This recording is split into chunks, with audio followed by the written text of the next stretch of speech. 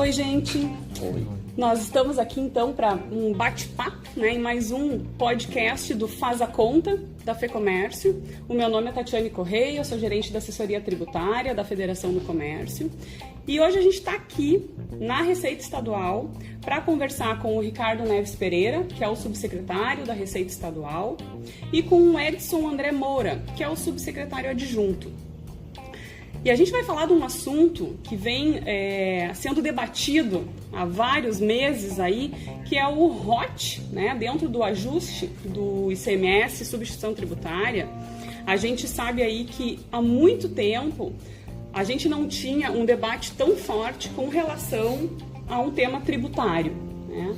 E esse novo regime optativo de tributação, ele chega num momento para tentar estabelecer uma segurança para os contribuintes. A gente sabe que esse assunto ele vem já desde uma decisão, só para a gente retomar um pouquinho e contextualizar o ROT, a gente teve uma decisão em 2016 do Supremo Tribunal Federal que determinou a possibilidade de restituição aos contribuintes nas hipóteses em que eles pagam a mais, digamos assim, né, para resumir, pagam a mais na sistemática de substituição tributária, ou seja, quando o seu preço de venda final ele é menor do que a base presumida pelo Estado. E isso gerou, então, uma legislação estadual que trouxe uma polêmica. A nossa legislação estadual, então, além da restituição, ela instituiu a complementação, que é o contrário, né? Quando o contribuinte, então, de ICMS vender a sua mercadoria com um preço final abaixo da margem do Estado, o Estado vai poder cobrar a diferença, né? Quando o contribuinte vender acima, o Estado pode cobrar a diferença, né? Então, o contrário também é verdadeiro. Então, eu passo a bola já aqui para o nosso secretário, depois dessa contextualização, para pedir que ele fale um pouquinho sobre o regime optativo, né? A ideia do regime optativo é acabar com essa polêmica e não gerar tanto a restituição como a complementação do ICMS dentro dessa sistemática. A gente tem um prazo vencendo, que é o dia 28 de fevereiro, né? Até essa data os contribuintes podem aderir ao ROT. A gente tem aí uma linha de corte, né, dos contribuintes que podem aderir de até 78 milhões. Então conta pra gente, Ricardo, como é que estão sendo essas adesões? Relembra um pouquinho os requisitos para a gente, desses que os contribuintes têm que aderir ao ROT e cumprir uma série de exigências. Exatamente. Primeiro, agradecer a presença da Tatiane e dizer que nós aqui da Receita Estadual, eu, o subsecretário Edson André, que está comigo, estaremos sempre à disposição de vocês para esclarecimento de quaisquer dúvidas, especialmente sobre esses temas que são mais polêmicos. Especialmente este agora, né, Tatiane, que é o ROT, e que é o nosso regime optativo de tributação, que tudo começou em função de uma decisão do Supremo que acabou alterando, né, o conceito, o significado da substituição tributária. A substituição tributária passa a não ser mais definitiva.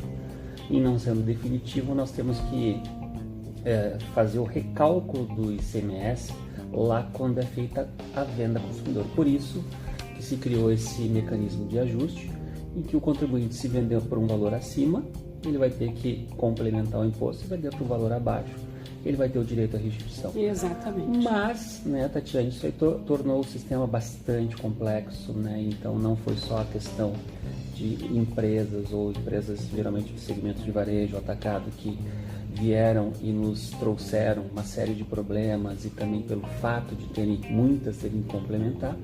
E o ano de 2019 nós trabalhamos muito com vários segmentos econômicos para achar algumas saídas. E a saída chegou no final do ano, né? Começou com combustíveis e agora entrou com uma regra geral para todo mundo, que é o regime optativo de tributação. Então, os nossos contribuintes do Rio Grande do Sul, eles têm até o dia 28 de fevereiro agora para fazer a adesão ao regime optativo de tributação, e isso é o mais importante nesse momento. Então, do nosso universo de contribuintes do segmento varejo, atacado, nós já estamos por volta de 20 mil contribuintes que fizeram adesão até o dia de hoje. É um volume expressivo e a gente agradece. É um volume ótimo, né? É um volume ótimo, a gente agradece muito ao envolvimento das entidades, né, por nos ajudar a divulgar, por nos ajudar a comunicar melhor para os nossos contribuintes, para os compradores também, né, porque realmente vai simplificar muito esse processo. Então, é mais ou menos isso que a gente tem trabalhado, né? Então, quais são as condicionantes que tem? Primeiro, o contribuinte, até o final de fevereiro, ele tem que fazer formalmente essa adesão através do site da Fazenda e no portal do ECAC, né, Edson André? E depois ele vai ter que entregar as informações, e eu acho que a nossa guia informativa de apuração do ICMS já tem uma informaçãozinha pedindo, né, que ele se manifeste na própria entrega da guia mensal se ele é optante ou não optante pelo ROT. E daí, a partir daí, esse regime vale por um ano, e essa é mais uma condição do regime. Ele vale de 1º de janeiro até 31 de dezembro. E nesse período, nesse ano de 2020, nós vamos ficar avaliando a evolução da adesão do regime e tentar melhorar junto com as empresas, com as entidades, para que realmente se torne cada vez mais simples. Outras exigências que a gente tem em cima do regime optativo. Muito importante a questão quem optar pelo regime do ROT, ele vai ter que abrir mão dessas discussões judiciais, né? Então, tanto administrativas quanto judiciais, né, sobre essa temática do complemento ou restituição. Então, a gente, olha, é uma condição para tu ter esse benefício. Então, a gente colocou como uma condição. E uma outra questão que a gente coloca, e é importante até o comércio nos ajudar, é a participação mais efetiva no programa Nota Fiscal Gaúcha, no programa de fidelização. Por quê? Como parte de uma estratégia geral, a gente tem que estimular as empresas a emitirem nota, estimular o consumidor a pedir nota, para diminuir a concorrência desleal, a informalidade. Incentivar a educação fiscal, né? Incentivar a educação fiscal, Tatiane. Então a gente tem trabalhado. Edson André, não sei se tem mais algum requisito que tu queiras colocar para o... Os principais são esses, né? Eu acho que é uma grande vantagem para todos, né? É um grande acordo ganha-ganha, né? Para o contribuinte tem um grande ganho, que em alguns casos não vão precisar complementar, claro, alguns não vão poder. E desburocratiza, né? Era onde eu queria chegar, né? Por incrível que pareça, a grande reclamação que sempre chegou para nós, na imensa maioria, não era em relação ao complemento em si. Olha, dos que chegaram para mim, digo com tranquilidade que 2/3 reclamavam da complexidade para fazer esse novo cálculo, né? Porque na verdade é um novo cálculo, um novo pagamento do imposto. Exatamente, ficou muito complexo, e mesmo procurando outros fiscos, outros modelos, o nosso ainda era um dos mais razoáveis. Então o modelo em si é muito complexo, ficou muito difícil trazer uma simplicidade para esse modelo. Exatamente. O que acabou sendo o ROT, né? Que fugiu um pouco desse jogo de tentar ver operação, nota, entrada, se entrou por tanto, saiu por quanto. Isso é muito complexo, mesmo para empresas muito estruturadas, como GMED. E agora que tu comentou da operação nota, acho que é importante a gente esclarecer também para aqueles contribuintes que não quiserem fazer a opção pelo ROT. Vai mudar um pouquinho, né? Quem continuar no ajuste do ICMS, como é que ele vai ter que passar a partir de abril, né? A fazer esse cálculo? A partir, Tatiane, né? Só para complementar então o que o Edson André está colocando, então a partir de abril isso é muito importante. Quem não fizer adesão ao regime optativo de tributação, quem não fizer adesão ao ROT, deverá fazer a apuração desse ajuste pela uma regra do artigo 25B. Essa regra do artigo 25B do regulamento do ICMS, ela prevê o cálculo que é um pouco, traduz mais efetivamente ou mais precisamente a decisão do Supremo, que é lá no momento da venda, né, ele vai calcular a diferença, o ajuste, item a item. né, de nota, mas no momento da venda e não mais com esse processo de acúmulo de crédito, faz uma apuração, débitos e créditos e assim por diante. Ele vai ter uma complexidade maior. Vai né? ter uma complexidade, ela será uma complexidade maior, mas ela também é muito mais real sob o ponto de vista da operação realmente realizada. Então, assim, se eu vender um produto X, somente no momento da venda que vai incidir o que nós chamamos de fato gerador do ajuste, ou seja, naquele momento que tu vai fazer o cálculo se tem complemento ou tem restituição. Vende uma caneta, eu verifico lá se teve para aquela caneta um complemento ou uma restituição. E vem o desafio, porque tu tem que saber qual o valor de aquisição daquela caneta, qual o valor do imposto que foi pago por aquela caneta para poder fazer todo esse cálculo. Item a item. Então, por isso que a gente está incentivando muito que as empresas façam adesão ao ROT. E esse modelo de cálculo item a item, Tatiana, ele vai ser adotado nacionalmente, não é só o Rio Grande do Sul. É um alinhamento já com a legislação nacional. Com a legislação nacional que já prevê isso, já tem uma escrituração fiscal prevendo o cálculo do ajuste e esse cálculo será item a item também, nós só estamos nos antecipando. Certo. Ricardo, tu comentaste pra gente que o Ricardo ou Edson, né? que o prazo do ROT é até dezembro desse ano. Então, existe a previsão dele continuar, né? Quais são, o que está no âmbito de avaliação da Fazenda para as empresas se sentirem um pouco mais seguras, né, em saber se vai ser só esse ano, se ele vai continuar. A gente quer esse prazo também para nós, né? Para tentar ver primeiro se as empresas estão aderindo. Isso está acontecendo. Esse primeiro passo aí já está superado. A gente viu que teve aceitação. Segundo, se não vai gerar distorções em determinados mercados, né? A gente vai ter que olhar como a lógica econômica vai se adaptar a essa nova forma, né? A gente está bem esperançoso, porque esse modelo, na verdade, era o que existia antes. Né? A empresa recebia já com a tributação definitiva. É o retorno à situação anterior. Então a gente acredita que vai ser um sucesso já. A própria adesão já está indicando isso. Mas é difícil dizer agora. Posso dizer que é um ano de testes e que a ideia é manter. A ideia é manter. A ideia, né, só para reforçar com os colegas aqui nesse bate-papo, é realmente manter. Tá?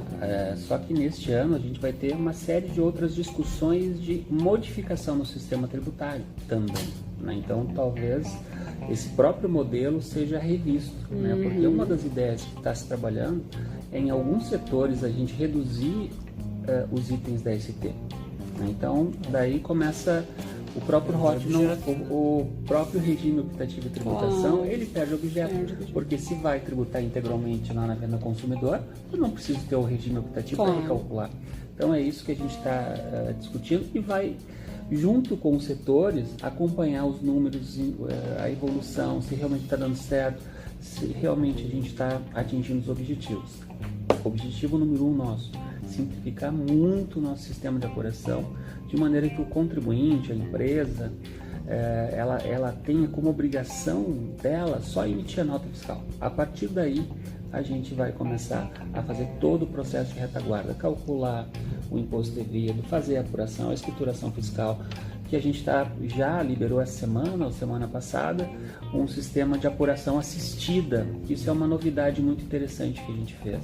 Então hoje o contribuinte tem a opção de entrar no site, algumas empresas já estão começando a utilizar, que é o processo de, especialmente para quem emite nota fiscal de consumidor eletrônica, a Secretaria da Fazenda está montando todo o anexo de saídas, né, agregado por empresa. Então a gente já está trabalhando para fazer um processo de apuração assistida, visando chegar nesse momento de simplificação extrema em que o contribuinte, o empresário, se preocupe com o negócio dele e o fisco faça toda essa retaguarda e facilite a vida do empreendedor.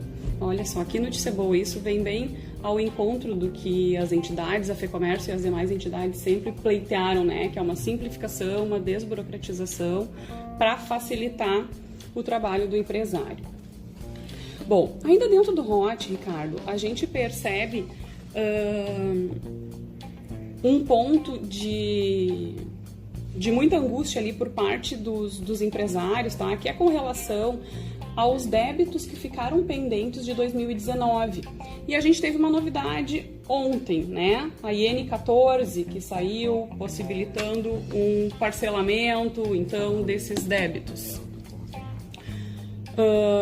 Pode falar um pouquinho para a gente como ficam esses valores? Pode já também, já fazendo 2 em 1 aqui, né? A questão dos estoques, a gente recebe muito questionamento com relação a esse pagamento do estorno dos estoques. Existe uma previsão de ampliar prazos? Como é que a Fazenda está trabalhando com isso? Eu vou falar sobre o primeiro item e eu deixo o Edson André falar do segundo item. Mas esse item da questão dos estoques, né? Ou melhor, o primeiro item lá que seria a questão do parcelamento. A gente aprovou no CONFAS em dezembro uma que nós chamamos internamente de refaz do ajuste ST. Então, todas aquelas operações realizadas de março de 2019 até dezembro de 2019, os fatos geradores, né, dessas operações, eles terão vencimento em junho de 2020. Então, a gente dá um prazo para as operações de 2019, podendo pagar até junho de 2020. Isso aí era um pleito, né, das entidades, Exatamente. um pleito das empresas. A gente conseguiu dar uma prorrogada aprovando essa medida no CONFAS. Com relação aos estoques, a gente tem, não sei se o Edson André quer complementar, mas a gente tem a seguinte estratégia. Quando a gente fez a entrada nesse novo regime do ajuste ST, as empresas puderam se creditar do estoque em 3 vezes. Então, agora, nesse processo de saída, né, por adesão ao regime optativo, a gente está usando a mesma regra, ou seja, 3 meses para fazer o débito.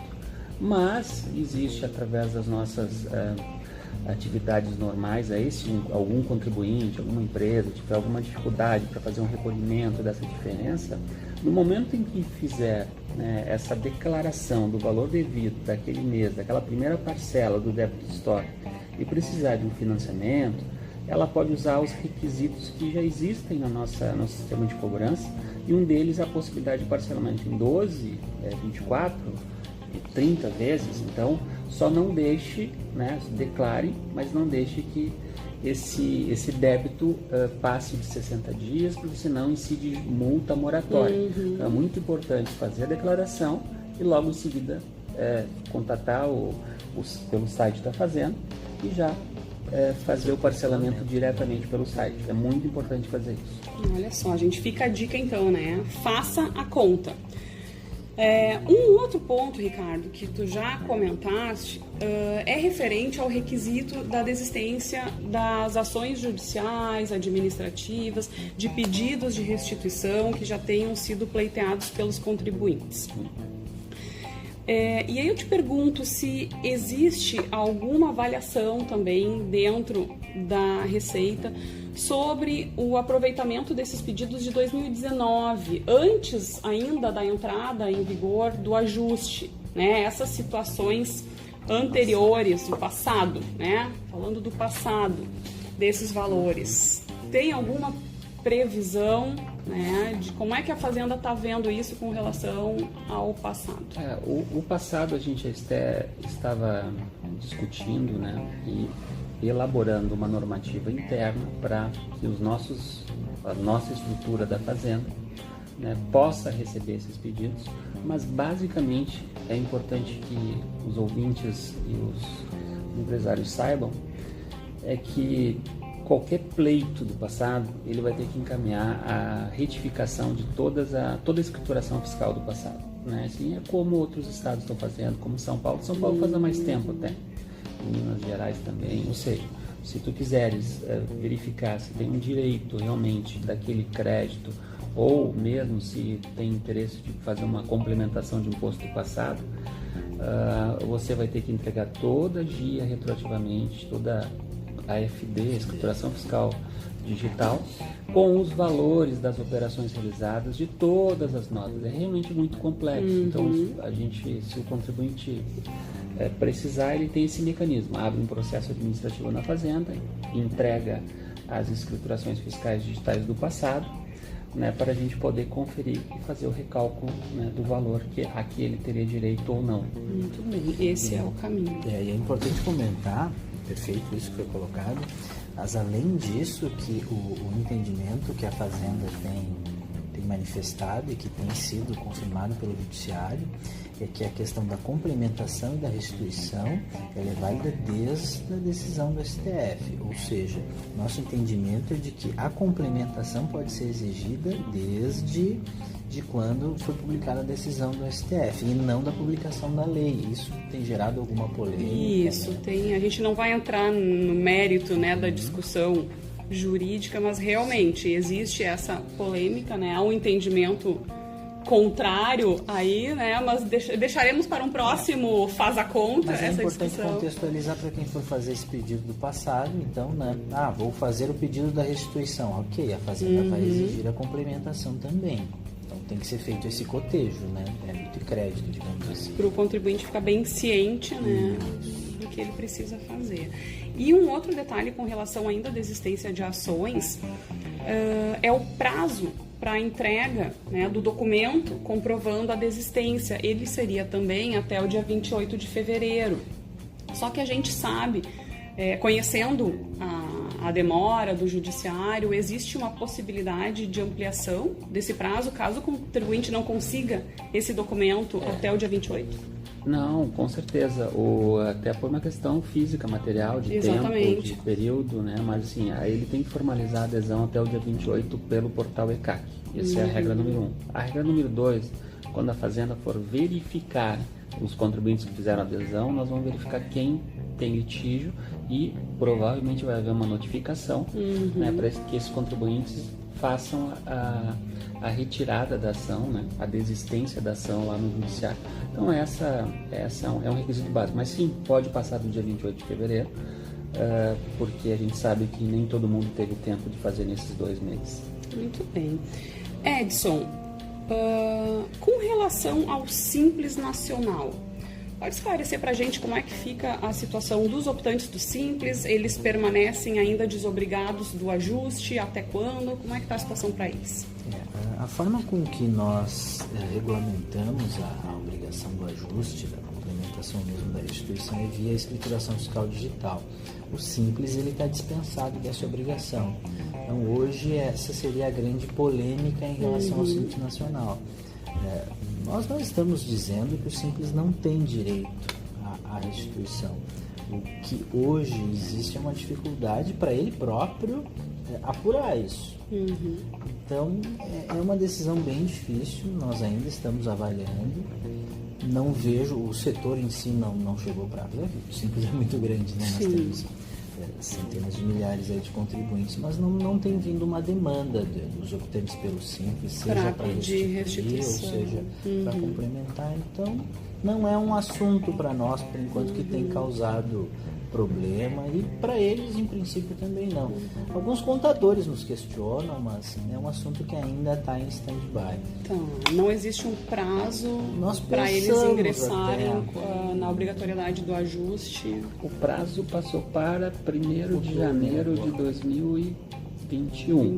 Né? Então, assim, até porque a gente está num período de transição, uma implantação gradativa, porque realmente envolve muitos contribuintes, especialmente o pessoal do Simples, né, que é mais pulverizado. Então a gente está tendo muito cuidado nessa retomada desse processo.